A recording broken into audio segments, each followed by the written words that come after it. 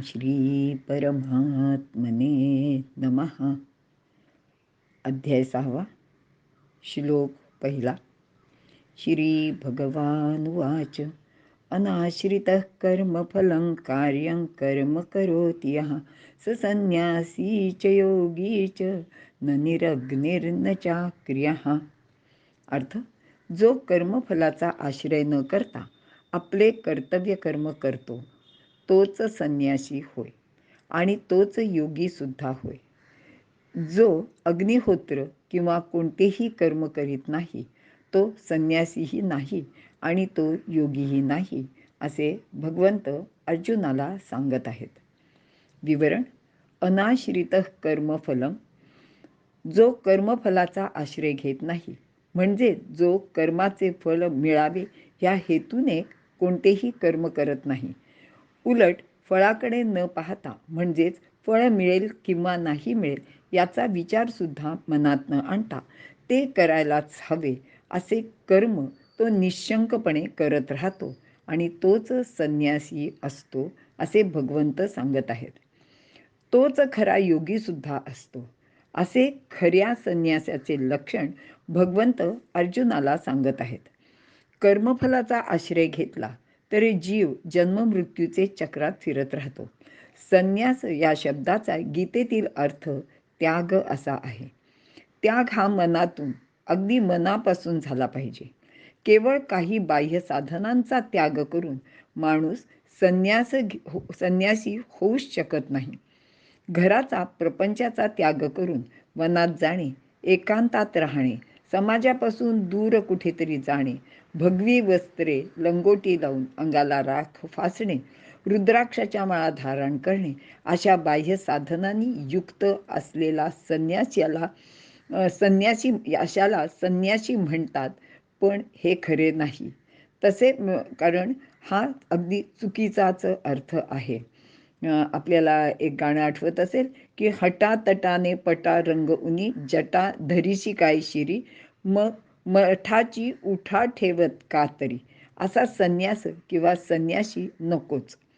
तो काही लोकांनी मान्य केला पण असेल, कारण कर्तव्यापासून सुटका करून घेण्यासाठी त्यांना कर्म करणे नको वाटते. त्यांनी हा अगदी सोपा उपाय शोधून काढला आहे. ते फळाचा त्याग करण्याऐवजी कर्माचा त्याग करतात. अर्थात याने काहीच साध्य होत नाही, कारण कर्माचा त्याग कोणी करू शकतच नाही. कर्म म्हणजे स्वभावे जे विश्वाकारच संभवे, या विश्वाची उत्पत्ती जर या कर्मातून झाली आहे, तर त्यामुळे जे जे जीव येथे निर्माण झाले, म्हणजे जन्माला आले आहेत, त्यांची कर्मापासून सुटका होणे शक्यच नसते. त्यांना कर्म तर करावेच लागते. केलेल्या कर्माच्या फळाची आसक्ती न धरणे हा खरा संन्यास आहे. फळाचा त्याग हाच खरा संन्यास असतो, असे भगवंत श्रीकृष्ण सांगत आहेत. आता श्रीकृष्णाचेच उदाहरण घेतले तर त्याच्या 16 सहस्त्र स्त्रिया म्हणजे पत्नी होत्या.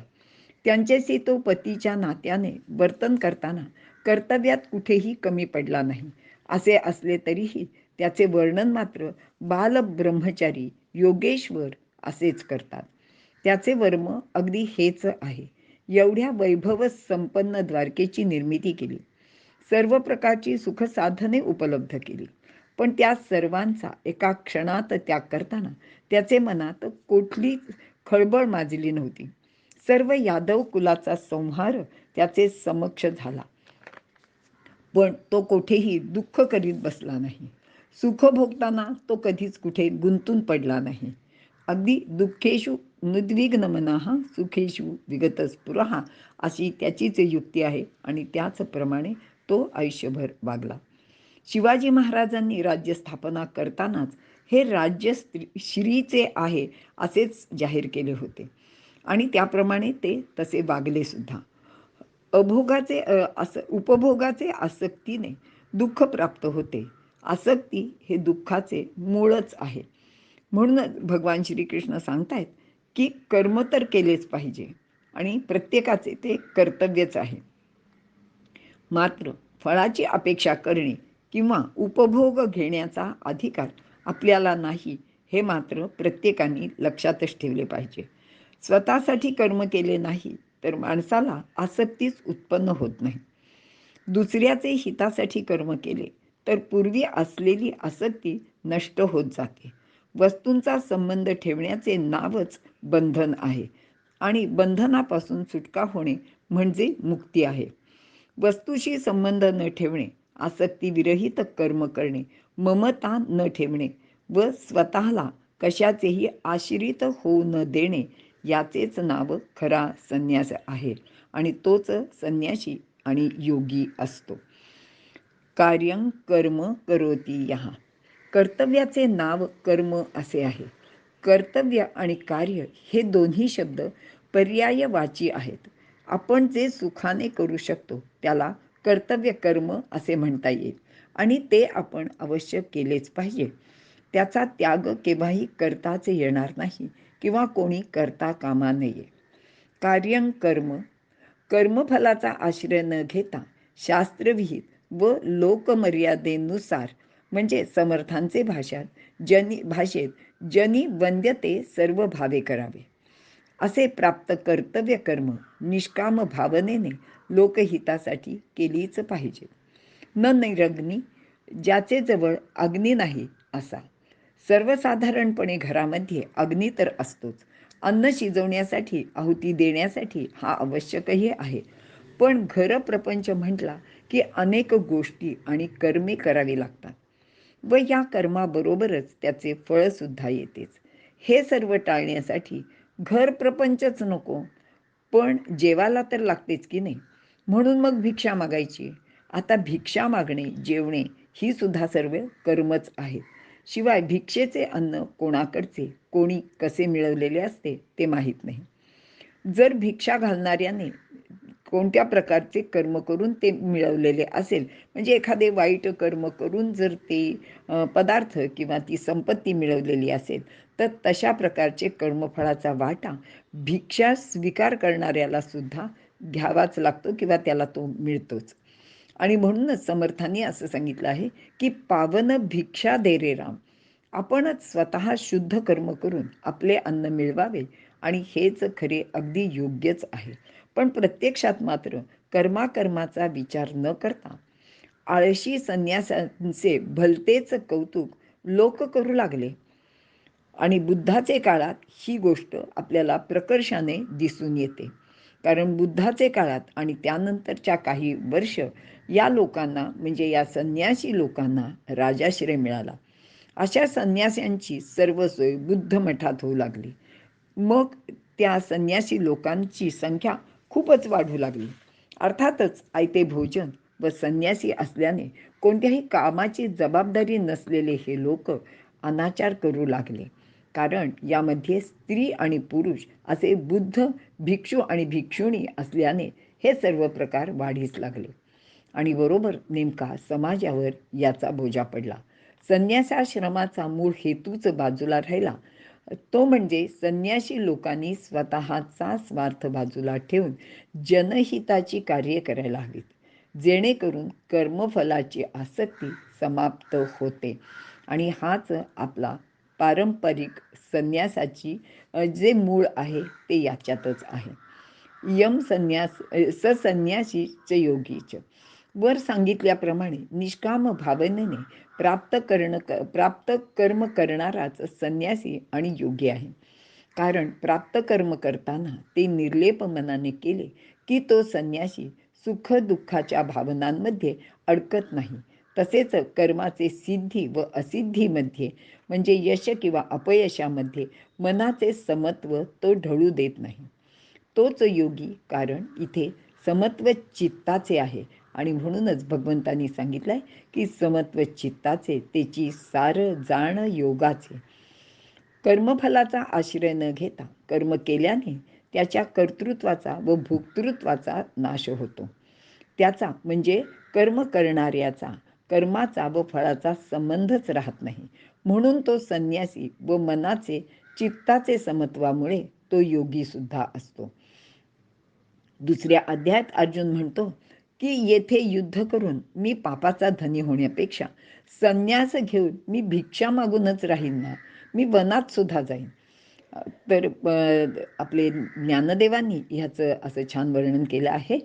ऐसे हे रणी वधावे, मग आपण राज्य सुख भोगावे.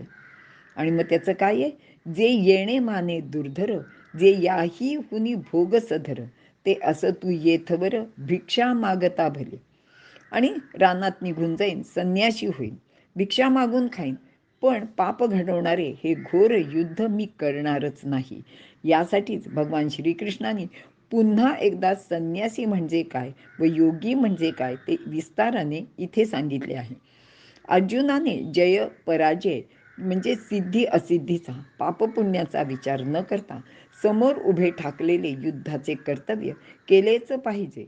कारण असे आतताईपणाने कर्तव्य कर्म सोडून रानात निघून जाऊन ध्यानधारणा किंवा संन्यास घेऊन राहणे महत्त्वाचे नाही. तो तर केवळ एक बाह्य आचरणाचा भाग झाला असता. मनातून संन्यास म्हणजे कर्मफलाचा त्याग आहे आणि हे अर्जुनाने लक्षात घेऊन युद्धाचे कर्तव्य करावे असे भगवान श्रीकृष्ण त्याला पुन्हा एकदा सांगत आहेत. इथे आपण थांबूया. श्लोक दुसरा.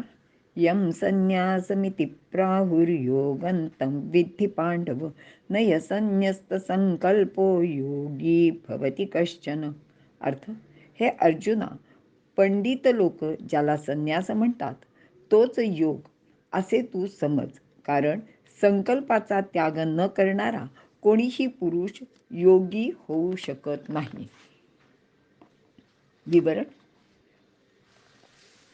इथे सुरुवातीलाच माऊलींची ओवी मी उद्धृत करते. ऐके संन्यासी तोची योगी, ऐसी एक वाक्यतेची जगी, गुढी उभवली अनेगी शास्त्रांतरी. योग आणि संन्यास हे मूलतः भिन्न नाहीत. ज्याला संन्यास असे आपण म्हणतो तोच योग सुद्धा आहे. संन्यास म्हणजे त्याग. इथे संकल्पाचा सुद्धा त्याग अभिप्रेत आहे. योगी हा सतत आत्म्याशी युक्त म्हणजे जोडलेला असतो. तो मनबुद्धी शरीराशी युक्त नसतो. मनाशी युक्तता नको असेल तर योग मार्गातही संकल्पाचा संन्यास म्हणजे त्याग करावा लागतो. मी अमुक करीन किंवा करणार नाही हा संकल्प आहे. संकल्प म्हणजे ठरविणे. योगी असे काहीच करत नाही. वर्तमानात जे काही पुढे येईल ते करायचे हीच त्याची भूमिका असते. जो भूतकाळाचा किंवा भविष्याचा विचार करत नाही आणि जो फक्त वर्तमानातच जगतो तोच योगी आणि संन्यासी, असे भगवंत अर्जुनाला सांगत आहेत. या पुढील 3 गोष्टी योग लक्षणात सांगितलेल्या आहेत. 1. कर्मफल त्याग. 2. कर्तव्य कर्म करणे. 3. संकल्पाचा त्याग. आता या दृष्टीने जर विचार केला तर योग आणि संन्यास एकच आहेत असे आपल्या लक्षात येईल. जेथे संन्यासीला संकल्प तुटे तेथेची योगाचे सार भेटे. मनाने भोगवासनांचा समूळ त्याग झाल्या वाचून कोणीही मनुष्य योगी किंवा संन्यासी होऊच शकत नाही. आणि यासाठीच भोगवासनांचा व संकल्पांचा समूळ त्याग केला तरच तो संन्यासी होतो. योगा वाचून संन्यास दुःखकारक आहे. कारण संन्यस्त वृत्तीसाठी योगाची खूपच आवश्यकता आहे. संकल्पामुळे मनात वेगवेगळी स्फुरणे निर्माण होतात. त्यापैकी ज्या स्फुरणाशी मन चिकटते किंवा त्याबद्दल आवड किंवा प्रेम निर्माण होते त्या स्फुरणाचा संकल्प होतो. अनेक वेळा मनातल्या मनात आपण कितीतरी गोष्टी ठरवत असतो. म्हणजे कसं आहे की आता बघा, मी आता उद्यापासून लवकर अगदी पहाटे उठीन, नामस्मरण करीन, वाचन करीन, अभ्यास करीन, अगदी रोज नित्यनेमाने फिरायला जाईन, व्यायाम करीन इत्यादी. याबद्दल अनेक वेळा अनेक स्फुरणे निर्माण होतात. कधी कधी यातील एखादी गोष्ट आपण आवडीने करू सुद्धा लागतो. पण बरेच वेळा मनातली ही स्फुरणे मनातल्या मनातच विरून जातात. कारण माणसाला सोपी आणि सोयीचीच गोष्ट करायला आवडते. माणसाचे मन जास्त वेळेला आळसाकडे प्रवृत्त असते. तसेच अनेक सवयींच्या बंधनात माणूस बांधला गेलेला असतो. चातुर्मासात जर अधिक महिना आला तर काही लोक पंचामृत सोडायचा नियम करतात. यामध्ये दूध व साखर सोडणे अवघड असते, कारण सकाळी चहाची सवय असते आणि मग ते अवघड वाटते.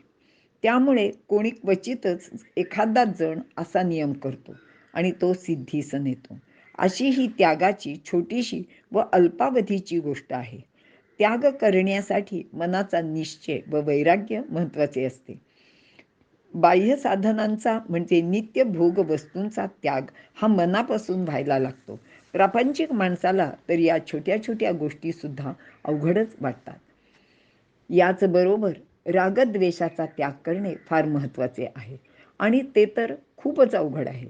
अनेक वर्षांच्या तपसाधनेनंतरही या गोष्टी माणसाच्या जात नाहीत. आपल्याला शुक्राचार्यांचं उदाहरण इथे मुद्दाम सांगते.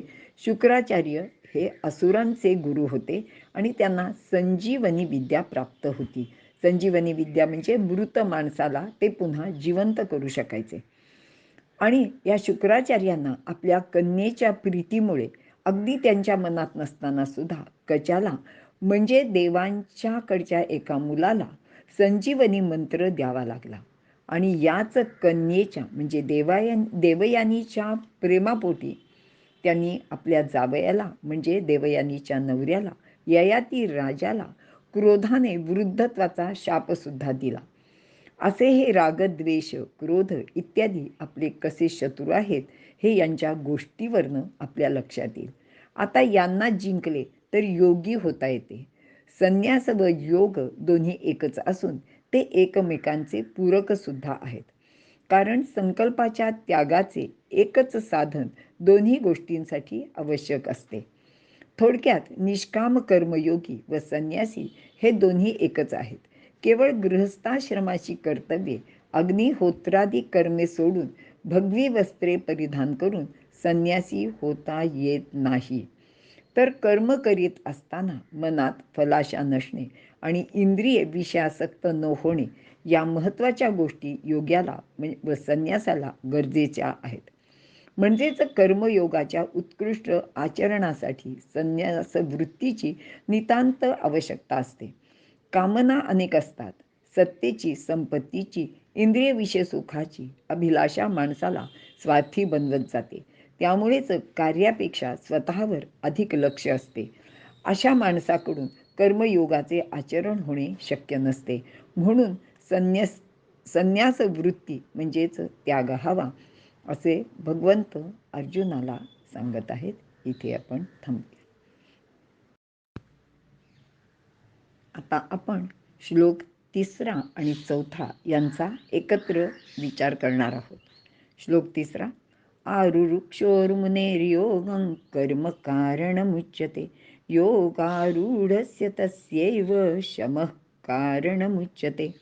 श्लोक 4 यदा हिनेन्द्रियार्थेषु न कर्म स्वनुषज्यते सर्वसंकल्पसन्न्यासी योगारूढस्तदोच्यते.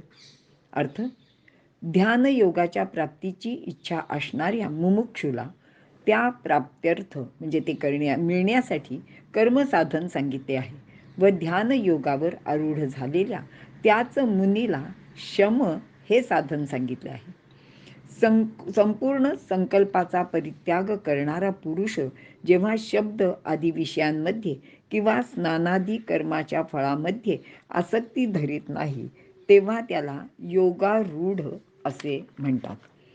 विवरण, जो योग साधना करू इच्छितो तो योगारूढुक्षु म्हणजे योगाची इच्छा करणारा असतो आणि ज्याने योग साधन केले आहे तो योगारूढ.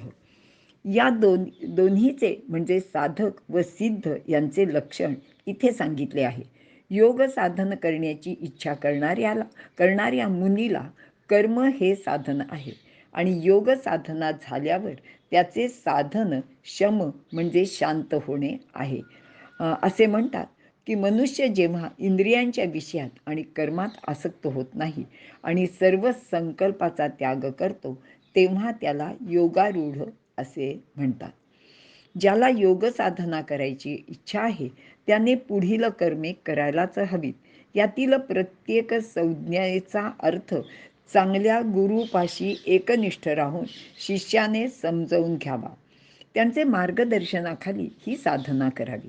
त्याचे योग्यतेप्रमाणे कमी अधिक वेळात समाधी स्थितीपर्यंत त्या साधकाला पोचता येते. आपण ते जे काही हे आहेत तर त्याच्या अटी आहेत त्या पाहूया. 1. यम, अहिंसा, सत्य, अस्तेय म्हणजे दुसऱ्याच्या वस्तूबद्दल अभिलाषा न धरणे. ब्रह्मचर्य, अपरिग्रह म्हणजे संग्रह न करणे किंवा असंग्रही वृत्ती असणे.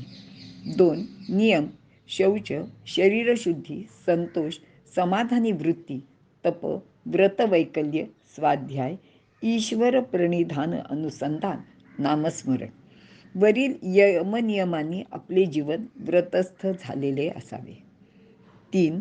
आसन, वज्रासन, सहजासन, स्थिरासन यांचा परिचय, सराव व नंतर पारंगतता. 4. प्राणायाम, प्राण आणि अपान वायूचा गतिरोध व संयमन करता यायला हवे, ज्यामुळे मनाचे चंचलत्व कमी होत जाते. 5. प्रत्याहार, इंद्रियांचा आपल्या विषयातील ओढा कमी होऊन त्याचा संबंध सुटावा, इंद्रिये चित्ताच्या स्वाधीन व्हावीत. 6. धारणा, सतत अभ्यासाने वरील सर्व अंगे हळूहळू आत्मसात होऊन अंगी वैराग्य बांधते. 7. ध्यान, धारणेच्या प्रशस्त मार्गाने ध्यानाचे शिखर गाठता येते. समाधी, सर्वत्र समभाव निर्माण होणे. मी ध्यान करतो ही जाणीवही नाहीशी झाली की साध्य आणि साधन यांची एकरूपता होते. पुढे काहीही जाणण्याची इच्छा राहत नाही, मागील काही आठवत नाही. अशी स्थिती येणे म्हणजे समाधी. असा हा समाधीस्थ योगी देहधारी असून जागृत पुरुषाप्रमाणे सर्व व्यवहार करतो. मात्र निद्रिस्ताप्रमाणे क्रियाशून्य होतो, जो चेतूची दिसे निजेला, असं माऊली याचं वर्णन करतात. वर सांगितल्यापैकी कोणतीही गोष्ट सहज साध्य नाही. हे सर्वसाधारण साधन मनुष्याला स्थिर चित्ताने पुष्कळ काळपर्यंत करावे लागते.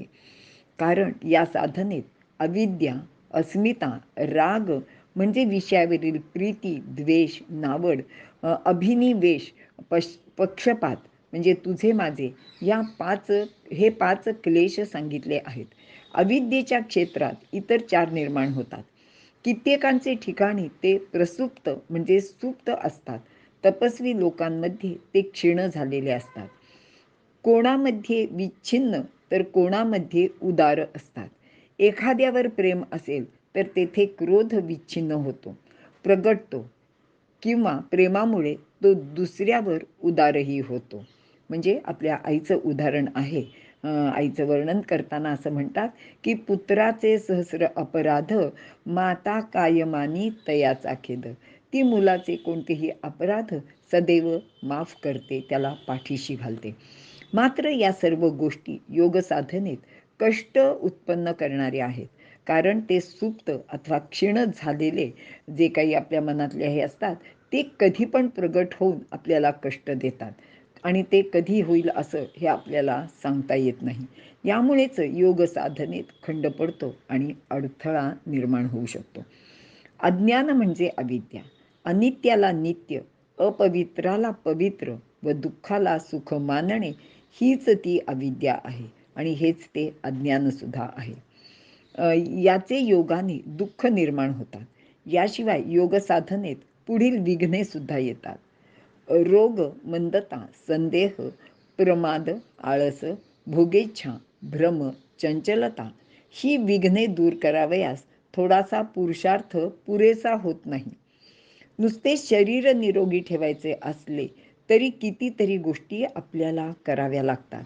म्हणजे रोज अगदी नित्य नियमाने व्यायाम करणे, आपल्या आहारावर, निद्रेवर, विचारांवर, सर्वांवर नियंत्रण आणि त्याच्यातले सातत्य ह्या त्या महत्त्वाच्या गोष्टी आहेत.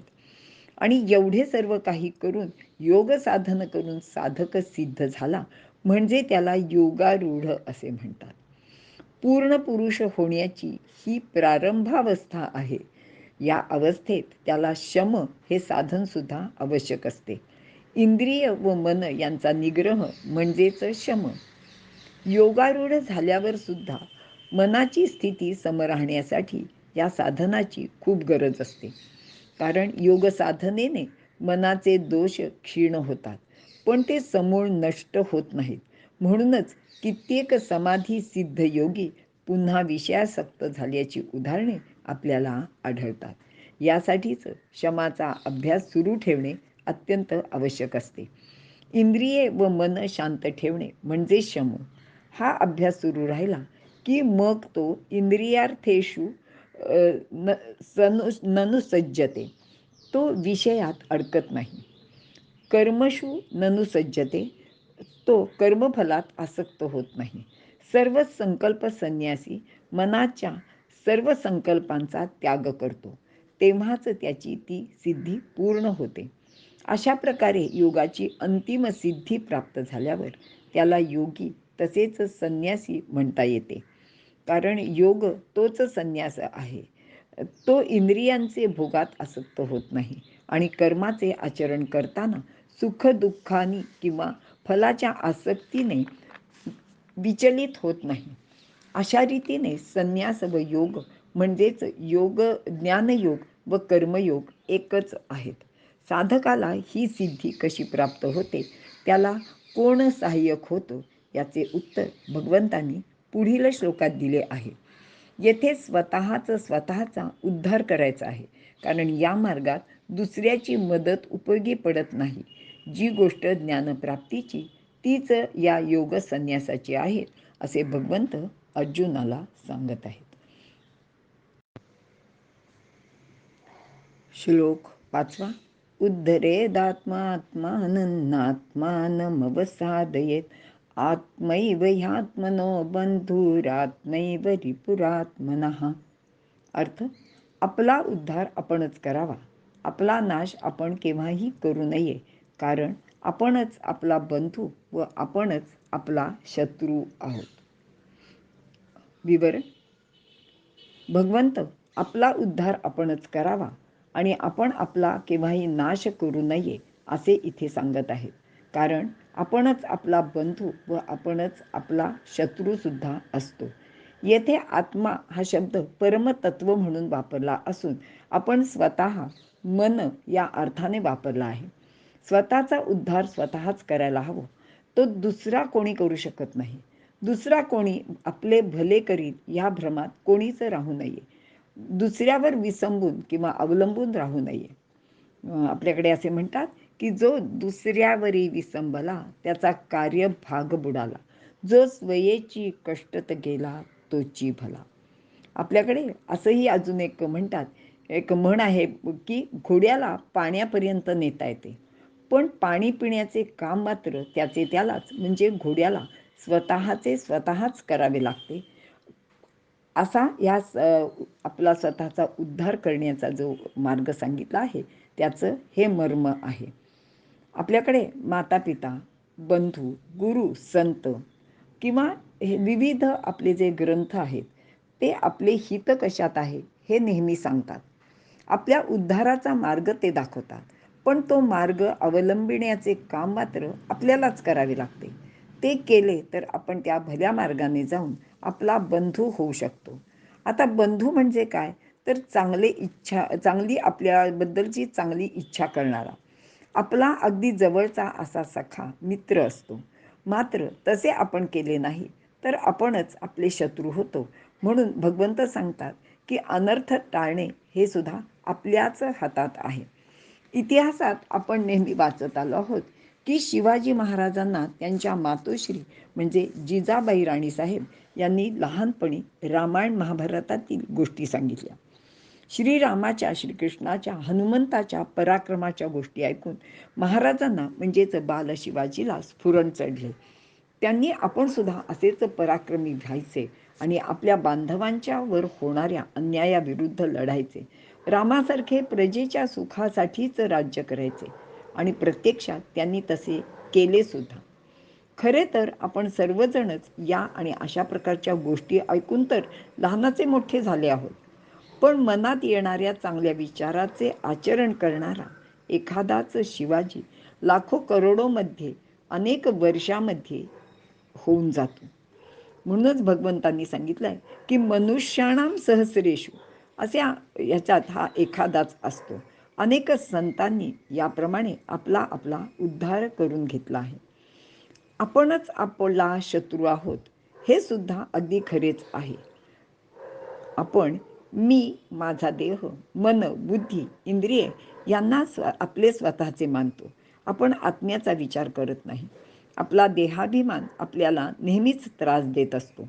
शुद्ध अध्यात्माचा विचार केला तर पंच ज्ञानेंद्रियांचा देह व त्यातील मन, बुद्धी यांचेसह जीव बनलेला आहे. त्या देहाचा अभिमान धरल्यास मनाचा, बुद्धीचा व पर्यायाने देहाचा घात होतो. आरोग्याचे नियम पाळून शरीर रक्षण करावे, तसेच योग्य संस्काराने, नियमित वर्तनाने, चांगल्या विचाराने, सत्संगाने मन व बुद्धी यांचे रक्षण करायला हवे. चांगल्या कर्माचे फळ नेहमीच चांगले मिळते, तर वाईट कर्माचे फळ वाईट. म्हणून चांगले काय आणि वाईट काय ते कळले पाहिजे. चांगल्या वाईटाची निवड निरक्षीर विवेकाने करता यायला हवी. हा विवेक संतांचे मार्गदर्शनाने, त्यांचे सहवासात राहूनच, त्यांचे ग्रंथाचे अभ्यास करून कळतो आणि त्याचा आपण अवलंब करावा. आत्मा हा आपला बंधू व आपला शत्रू कसा होतो ते सुद्धा विचारात घेतले पाहिजे. आत्मा हा परमात्म्याचा अंश आहे असे मानले तर तो आपल्याला शक्ती व बुद्धी देतो, म्हणून तो आपला बंधू व हितकर्ता आहे. परंतु हाच आत्मा आपल्या वाईट कर्माची फळे सुद्धा आपल्याला भोगायला लावतो आणि आपल्याला दुःख देतो. तो देहात राहून सुख दुःख भोगतो असे सांगतात. म्हणून तो आपला शत्रू. मात्र ज्याने स्वतःला जिंकले, मन, बुद्धी, अंतःकरण, शरीर यावर योग्य ते नियंत्रण ठेवले तर आपणच आपले हित नक्कीच करू शकतो. या उलट इंद्रियांचे फाजील लाड पुरवले, आपल्या देहाबद्दल, बुद्धीबद्दल, कर्तृत्वाबद्दल अभिमान धरला, देहबुद्धीने वागले तर तो स्वतःचा घात करतो. यासाठी माऊलींच्या पुढील ओव्या सांगते. एरवी कोश कीटकाचे परी, तो आपणची आपुला वैरी, जो आत्मबुद्धी शरीरी चारुस्थळी. किंवा आपण या आपण रिपू, जेणे वाढविला हा संकल्पू, येर स्वयंबुद्धी म्हणे बापू, जो नाथीला नेघे. ज्याने आपल्या मनातील संकल्प मी व माझे वाढविले तर तो स्वतःचा शत्रू होतो. खरे तर तूच तुझ्या जीवनाचा शिल्पकार आहेस. चांगले किंवा वाईट काय करायचे आहे ते विवेकाने सारासार विचार करून आपल्याला ठरवता येते. मन चांगल्या संगतीत राहिले तर देहाला व मनाला चांगले वळण लागते, जीवनाचे सार्थक होते. जर वाईट संगतीत राहिले तर देहाला वाईट सवय लागतात, जीवन दुःखमय होते. समर्थ म्हणतात, बरी संगती सापडली जैसी, उसास गोडी आली, विषवल्ली फापावली, घातकी प्राणी. परमेश्वराने माणसाला निवडीचे स्वातंत्र्य दिले आहे. आपल्या बुद्धीचा योग्य उपयोग करून माणसाने स्वतःचा उद्धार करून घ्यायला हवा. भौतिक जगाचे क्षणभंगुरत्व लक्षात घ्यायला हवे. शाश्वताचा शोध घेऊन मायेमुळे आपण सुखदुःखात अडकलो आहोत हे लक्षात घेतले पाहिजे. मायेच्या पलीकडे असलेल्या परब्रह्माचा शोध घेऊन मानवी जीवन सार्थकी लावावे. मन एव मनुष्याणाम कारणम बंध मोक्षयोः. म्हणून आपणची आपण पेया, घातू किजतू असे धनंजया, चित्त देऊन्या नाथिलिया देहाभिमान असे ज्ञानदेव सांगतात. आणि हा सर्व उपदेश भगवंत अर्जुनाला करत आहेत. इथे आपण थांबूया. श्लोक 6. बंधुरात्मा मनस्तस्य येनात्मैवात्मना जितः, अनात्मनस्तु शत्रुत्वे वर्तेतात्मैव शत्रुवत्. अर्थ, ज्याने शरीरेंद्रियादी संघाताला आपल्या स्वाधीन ठेवले आहे तो आपणच आपला हितकर्ता असतो. याचे उलट ज्याने शरीरेंद्रियादी संघाताला स्वाधीन ठेवलेले नसते तो आपणच आपला शत्रू असतो. विवरण. ज्याने आपणच आपल्याला जिंकले आहे, तो आपल्या स्वतःचा बंधू म्हणजे हितकर्ता आहे. पण ज्याने स्वतःला जिंकले नाही, तो आपणच आपला शत्रूही असतो. स्वतःला जिंकणे म्हणजेच शरीर इंद्रियांचे समूहाला आपल्या स्वाधीन ठेवणे. आपण देहाला मी म्हणतो. त्यामुळे माझे शरीर, माझे मन, माझे चित्त, माझे अंतःकरण असेही म्हणतो. पण प्रत्यक्ष मी कोण आहे? तर अंतःकरणातील अथवा चित्तातील जी शुद्ध चितशक्ती आहे, तिलाच उद्देशून मी असा शब्द वापरलेला असतो. ही शक्ती म्हणजेच आत्मा. आत्मतत्व किंवा परमतत्व हे ज्याला कळले, तो अहंकाराला म्हणजे मीला बाजूलाच सारतो व स्वतः सिद्ध असे ब्रह्मत्व प्राप्त करून घेतो. मग त्याचे सहजच कल्याण होते. ज्ञानदेव म्हणतात, विचारुनी अहंकारू सांडीजे, मग असतीच वस्तू होईजे, तरी आपली स्वस्ती सहजे आपण केली. वस्तू म्हणजेच परमात्म तत्व. ज्याने स्वतःला जिंकले म्हणजे शरीर, मन, चित्त, बुद्धी, अंतःकरण या सर्वांना जिंकायचे आहे. अर्थात हे सर्व ज्ञानानेच घडू शकते. त्यावेळी बुद्धी इतर शरीरावर सत्ता गाजवते. ती ज्ञानाने परिपूर्ण असते. याच वेळी बुद्धी व आत्मा एकरूप होतात. तेव्हाच मीला जिंकले असे म्हणता येते. आत्म्याने बुद्धीला जाणले, ती त्याचेपर्यंत जाऊन पोचते की मग आत्म्याचे ज्ञान बुद्धीत उतरते आणि मग तेथून ते मनात उतरते. मग त्यानुसार शरीर म्हणजे इंद्रिय व कर्म करतात. म्हणून माऊली म्हणतात की इंद्रिये आपैती होती जयाचे म्हणितले करती.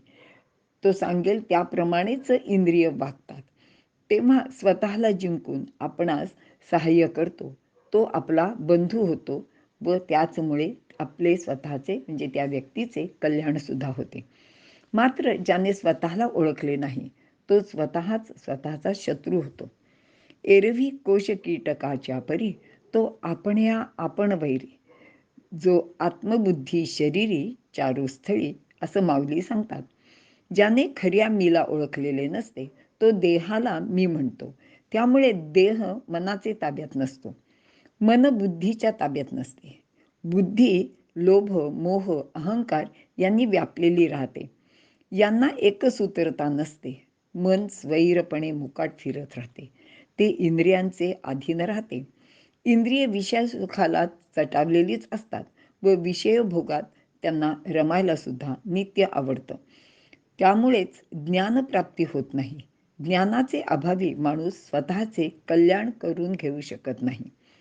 मग शत्रूसुद्धा जे करणार नाही, ते आपले शरीर व मन करत राहते. अशा प्रकारे स्वतःच स्वतःशी शत्रुत्व करणाऱ्या माणसाच्या फजितीला पारावर उरत नाही. ते स्वतःचे हित करण्याऐवजी नको त्या गोष्टी करून स्वतःचे अकल्याणच सातत्याने करीत असतात. मी मध्ये म्हणजे देहाहंकारामध्ये मग्न असलेल्याची स्थिती कशी होते, ते ज्ञानदेवांनी पोपटाचे उदाहरण देऊन वर्णन केलेले आहे. ते असं म्हणतात की एक पोपट फांदीवरून उडाला आणि पारध्याने लावलेल्या त्या नळीवर जाऊन बसला. आता त्याच्या वजनाने काय झालं, तर ती नळी गोलगोल फिरायला लागली. मग त्या पोपटाला असं वाटलं की आता ह्या नळीवरून मी खाली पडेन. मग त्या भीतीने त्यांनी आपणच तिथून उडून जायचं हे विसरून जाऊन आणि खाली पडू नये म्हणून त्या नळीला खूप घट्ट असं धरून ठेवलं. आणि मग ज्ञानदेव म्हणतात की त्याची स्थिती कशी होते बघा. ऐसा काजे विण आतुडला, तो सांगपा काय आणिके बांधिला, मगन सोडीच जरी नेला, तोडून अर्धा. मागवे असं म्हणतात की काजेविणे म्हणजे उगाच्या उगाचच त्याच्या मनात तो काही भ्रम निर्माण झाला आणि मग तो त्यांनी स्वतःला तिथे बांधून घेतलं आणि मग तो तिथे जो इतका बांधून नाही, तो इतका घट्ट चिकटून राहतो. मग त्याला जरी कोणी असा अर्धा तोडून नेला तरी तो ती जी काही आपली हे त्या नळीला धरलेलं असतं ते सोडत नाही. अशा रीतीने निष्कारण भ्रमात पडलेला तो आपला घात करून घेतो. आणि इथे मला एक तुकाराम महाराजांची गमतीची गोष्ट आठवली, की तुकाराम महाराज दरवर्षी वारीला जायचे आणि त्यांच्या शेजाऱ्याला पण वाटायचं, की काय हे छानपैकी आपले वारीला जातात, महिनाभर आपलं तिकडेच रमतात, काय कथा कीर्तनं, आपण सुद्धा जायला पाहिजे नाही का. मग एक दिवस ते तुकाराम महाराज म्हणतात, तुकोबा, तुम्ही यंदा वारीला जाल ना, तेव्हा मला नक्की बोलवा, मी यंदा नक्की येईन. तुकोबांना अर्थातच आनंद होतो, ते त्याला बोलवायला जातात. ते म्हणतात, अहो नाही हो, आता यंदा काही मला जमेलचं वाटत नाही, पण मी पुढच्या वर्षी तुमच्याबरोबर नक्कीच येईल. आणि मग असे अनेक वर्ष जातात. तो माणूस काही वारीला तुकोबांबरोबर कधीच जात नाही. पण मग तुकाराम महाराज विचार करतात, की अरे ह्याला सुधरवायला काहीतरी केलं पाहिजे. मग एक दिवस तुकाराम महाराज काय करतात, तिथे एक वडाचं मोठं झाड असतं आणि त्याच्या पारंब्या अशा घट्ट धरून ठेवतात आणि लोंबकाळायला सुरुवात करतात आणि ओरडायला सुरुवात करतात, की अहो मला कोणतरी वाचवा, वाचवा. बघा बघा ह्या झाडांनी, ह्या पारंब्यांनी मला कसं बांधून ठेवलंय. आता शेजारीच राहणारा तो माणूस येतो आणि हसायला लागतो. तो म्हणला, अहो तुकाराम, तुकोबा, तुमचं हे काय चाललंय म्हणे, त्या झाडाने कुठे तुम्हाला धरलाय, तुम्हीच तर त्याला घट्ट धरून ठेवलाय. तो तो हात सोडा की तुम्ही मोकळे व्हाल. तुकोबा हसतात आणि पटकन हात सोडून उडी मारून जमिनीवर उभे राहतात आणि त्याला म्हणतात, की अरे मी सुद्धा तुला इतके वर्ष हेच सांगत होतो, की तू संसारातल्या अनेक सबबी मला सांगत असतोस, पण त्या सबबी खूप खोट्या आहेत. तर तू इथं नसलास आणि वारीला आलास तर इथे काही तुझ्या वचून अडत नाही. अशी ही मजेची गोष्ट आहे. तर असे हे जे लोक आहेत ते खऱ्या मीला विसरतात आणि त्यामुळेच त्याला स्वहिताचा विसर पडतो. तो स्वतःचे शत्रुत्व करीत जन्म-मरणाचे फेऱ्यात फिरत राहतो. म्हणून माऊली असं सांगतात, म्हणूनी आपणया आपणची रिपू, जेणे वाढविला हा संकल्पू, येर स्वयंबुद्धी म्हणे बापू, जो नाथिले नेघे. आता रणभूमीवर अर्जुन सुद्धा कौरवांना आपले बंधू मानतोय. बंधू म्हणजे जे नेहमी सहाय्य करता असतात. पण कौरव तर शत्रू पक्ष स्वीकारून घात करायला सज्ज झालेले आहेत. अर्जुनाला मोहामुळे काही हे लक्षात येत नाही आहे आणि त्यामुळेच तो युद्ध न करण्याचा निर्णय घेतोय. कौरवांना बंधू मानल्याने तो त्यांचा घात करू इच्छित नाही. त्यांना मारायची तर त्याला अजिबात इच्छा नाही आहे. पण कौरव मात्र खऱ्या अर्थाने बंधू नसून ते शत्रू आहेत. ते अर्जुनाबरोबर इतर सर्वच पांडवांना मारण्यासाठी अगदी तत्पर झालेले आहेत आणि त्यांची तशी इच्छा पण आहे. त्यामुळे अर्जुनाने प्रतिकार केला नाही तरी त्याचा घातच होणार आहे. हा आत्मघात टाळण्यासाठीच भगवान श्रीकृष्ण त्याला युद्ध करण्याचा उपदेश परोपरीने करत आहेत. आपल्या देशात जर विचार केला तर भारतीय नेत्यांनी स्वातंत्र्य प्राप्तीचे वेळी मुसलमानांना आपले भाऊ म्हटले होते आणि त्यांना आपल्यातले राज्य देऊ केले.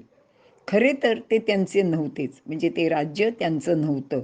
मुळातच ते लोक बाहेरून आलेले आहेत आणि त्यांनी बळजबरीने आपल्या देशावर पाशवी अत्याचार करून ते राज्य बळकावलेले होते. या परदेशी परधर्मियांना भाऊ मानण्यात त्यांनी केलेली चूक आजही आपल्या सर्वांना भोगायला लागत आहे. पण या नेत्यांचे हे बंधुप्रेम अजूनही कमी होत नाही. अगदी चीनला भाऊ मानले आणि काहीच दिवसात त्यांनी आपल्या देशावर आक्रमण केले. आणि तर पाकिस्तानने तर 2दा आक्रमण केले. चीन व पाकिस्तान हे आपले शेजारी आहेत, पण ते आपले भाऊ नाहीत. हे भारताचे शत्रू आहेत. त्यांचेपासून सावधच राहायला हवे. आपण सर्व गीतेचा संदेश, श्रीकृष्णाचा उपदेश विसरलो. त्याकडे अगदी दुर्लक्ष केले आणि त्यामुळेच स्वतःचा व राष्ट्राचा घात करणारे स्वतःच व स्वतःच्या राष्ट्राचे शत्रू झालो आहोत. अशा रीतीने आपला नाश जो करी तो समजावा आपलाच वैरी. इथे आपण थांबूया.